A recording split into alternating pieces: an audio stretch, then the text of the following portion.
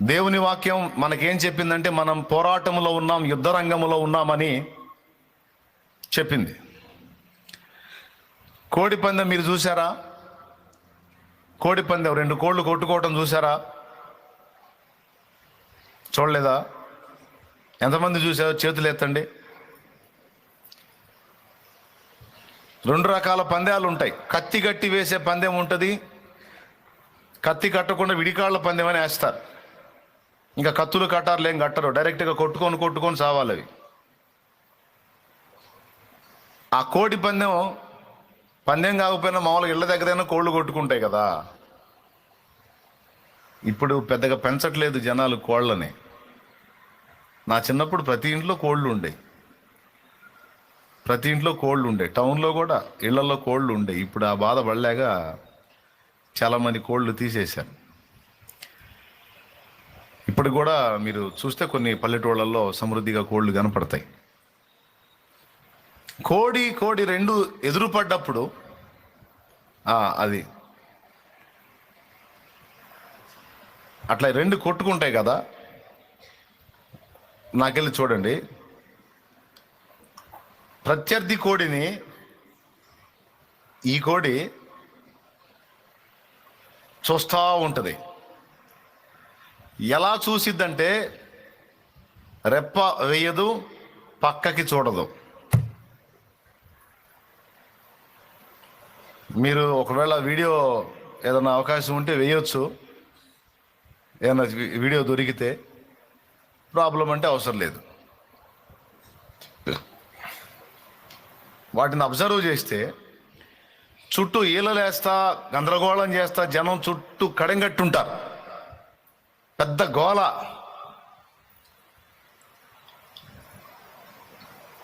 ఆ పెద్ద గోల మధ్య ఎదురు ప్రత్యర్థి కోడి.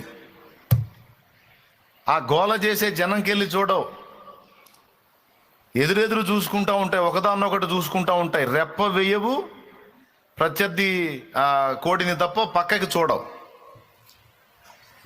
దానిని గమనిస్తూ ఉంటుంది. అది కదిలిందంటే ఇది లెగిసిద్ది. కొన్ని అయితే అవతలది లేవకముందే ఇక వెంటబడి పట కొట్టుకుంటూ అదరికి తీసుకెళ్తాయి. స్పీడ్ కొన్ని కోళ్ళు. కొన్నేమో బరికెళ్ళి పక్క జనంకెళ్ళి చూడదు. ఆడవాళ్ళు ఎంతమంది ఉన్నారు, మగవాళ్ళు ఎంతమంది ఉన్నారు, ముసలోళ్ళు ఎంతమంది ఉన్నారు, కుర్రోళ్ళు ఎంతమంది ఉన్నారు, పిల్లలు ఎంతమంది ఉన్నారు, పెద్దవాళ్ళు, ఇవన్నీ చూడదు కోడి. ఈలేసేవాడెవడు, గోల్ చేసేవాడెవడు, కేకలేసేవాడెవడు, డబ్బులు పైపందాలు కాసేవాడెవడు, ఇవన్నీ ఏం పట్టించుకోదు. అది ప్రత్యర్థి కోడిని మాత్రమే గమనిస్తూ ఉంటుంది. దాని కాళ్ళని దాన్ని అబ్జర్వ్ చేస్తూ ఉంటుంది. అది అన్నంటే ఇది తెలుస్తుంది. ఎందుకు ఈ మాట చెప్తున్నానంటే, యుద్ధ భూమిలో ఉన్నప్పుడు సైనికుడు కూడా తనతో తలపడేటువంటి సైనికుడి యొక్క కదలికల్ని అబ్జర్వ్ చేస్తూ ఉంటాడు. ఉండాలి.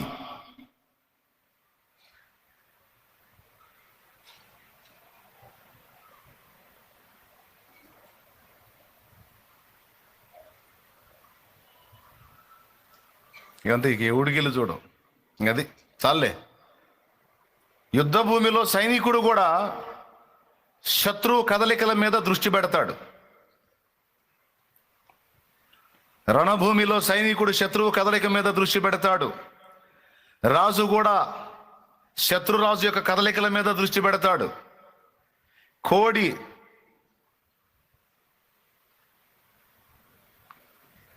నోరు లేని కోడి చట్టులో పెడితే 1.5 కిలో కాని కోడి. దానికి తెలుసు యుద్ధ భూమిలో ఉన్నప్పుడు ప్రత్యర్థి యొక్క కదలికల్ని గమనించాలి, లేకపోతే నేను చేస్తానని దానికి తెలుసు. అందుకే అది పూర్తిగా ఆ స్పృహలో ఉంటుంది. కనీసం రెప్ప వేయదు.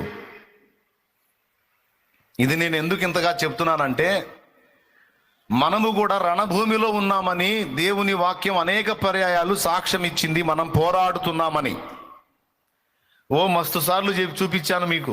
ఎఫెసీ పత్రిక 6:12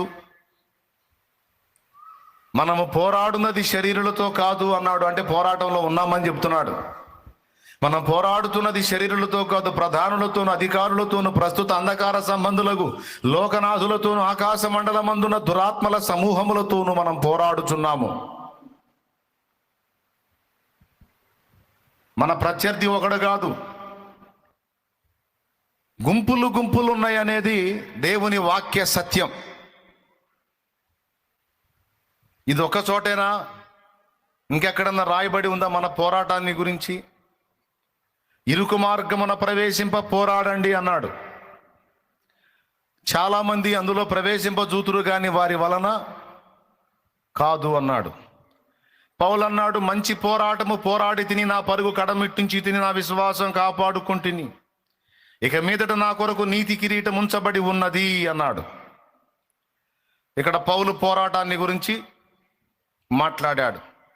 మళ్ళీ మరో చోట అంటాడు, తిమోతిలో జట్టి అయిన వాడు పోరాడినప్పుడు నియమ ప్రకారం పోరాడకుంటే వానికి కిరీటం దొరకదంటాడు. ఇది కూడా పోరాటాన్ని కూర్చే మాట. ఇవన్నీ లేఖనంలో నుంచే నేను ఎత్తి చెప్పిన విషయాలు. సైనికుడు ఎవడు కూడా యుద్ధరంగంలోకి ప్రవేశించేటప్పుడు తన దండులో చేర్చుకున్న వారిని సంతోషపెట్టవాలని ఈ జీవన వ్యాపారములలో చిక్కుకొనడు అని మాట్లాడాడు.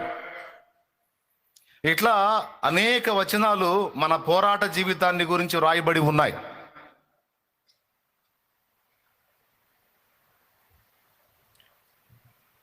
పరిశుద్ధులకు ఒక్కసారి అప్పగింపబడిన బోధ నిమిత్తము మీరు పోరాడాలని మీకు రాయాల్సి వచ్చిందంటాడు యూదా పత్రికలో.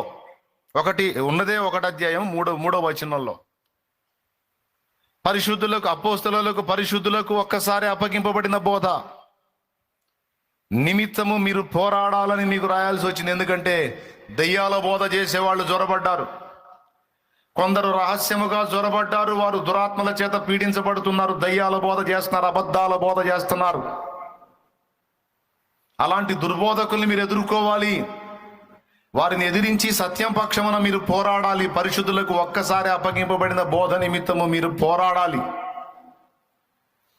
అంటే బోధ చేసే దయ్యాలతో మీరు పోరాడాలి. మిమ్మల్ని శరీరేచ్ఛల్లోనికి, లోకాశల్లోనికి లాక్కు వెళ్ళడానికి ప్రయత్నించే దయ్యాలతో పోరాడాలి. మీలో అసూయని, కాముకత్వాన్ని, భావోద్రేకాలను రెచ్చగొట్టి మీరు భ్రష్టత్వంలోనికి వెళ్ళేటట్టు మిమ్మల్ని శోధించే దయ్యములతో మీరు పోరాడాలి. బహువిధం వ్యూహంతో అవి దాడి చేస్తున్నాయి. మిమ్మల్ని భౌతికంగాను, అంటే శారీరకంగాను, మానసికంగాను, ఆత్మీయంగాను తుంచేయాలని, వాటి ప్రేరణకు మీరు లొంగితే మిమ్మల్ని శారీరకంగా నాశనం చేయాలని, మానసికంగా క్షోభ గురి చేయాలని, వాటి ఆలోచనలకు లొంగితే ఆత్మీయంగా నిన్ను బలహీనపరచాలని, భ్రష్టత్వంలోకి తీసుకెళ్లాలని, శక్యమైతే నీ ప్రాణమును తీయాలని, నీ స్వయంకృత అపరాధాన్ని చూపించి నీ అంతటా నువ్వే నీ ప్రాణానికి ముప్పం తెచ్చుకునేటట్టు నిన్ను శోధించాలని, మన ప్రాణాలు తీయడానికి, మన ఆత్మీయ జీవితాన్ని పాడు చేయడానికి, మనల్ని విశ్వాస భ్రష్టత్వంలోనికి తీసుకెళ్ళడానికి, మన విశ్వాసాన్ని వేగు చూడటానికి, మనం దేవుని పని చేయకుండా మనల్ని భ్రష్టు పట్టించడానికి. కళ్ళెట్ట మూతావు, నిద్రమోహమా, ఇంత మొత్తుకొని చూస్తుంటేను. స్తోత్రం చెప్పా. దేవుని వాక్యం వినకుండా నిద్రపుచ్చడానికి, ఆ చెప్పే 4 మాటలు నీ హృదయంలోకి వెళ్ళి నువ్వు అలర్ట్ కాకుండా నీకు మొంపు. ఫిడ్స్ వచ్చినోడు కళ్ళు మోస్తా ఉంటాడు చూడు, ఫిడ్స్ వచ్చి తగ్గిపోయిన తర్వాత తేరుకున్నాడు, అబ్బాయి రే అంటే అంటుంటాడు.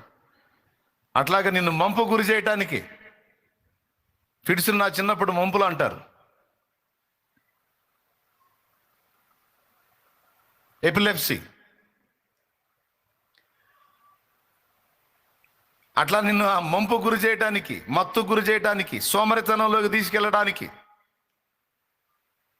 శరీరేచ్ఛలు, లోకేచ్ఛలు, మానుషేచ్ఛలు, భోగేచ్ఛలు, ఐహికేచ్ఛలను మనలో రెచ్చగొట్టడానికి, ఆత్మహత్యల ద్వారా, యాక్సిడెంట్స్ ద్వారా మన ప్రాణాలు తీయటానికి.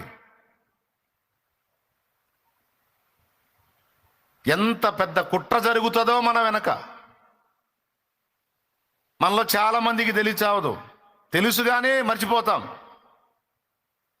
వింటానే ఉంటాం వాక్యం, కానీ ఇలా నేను శత్రువు ఎదుట ఉన్నాను,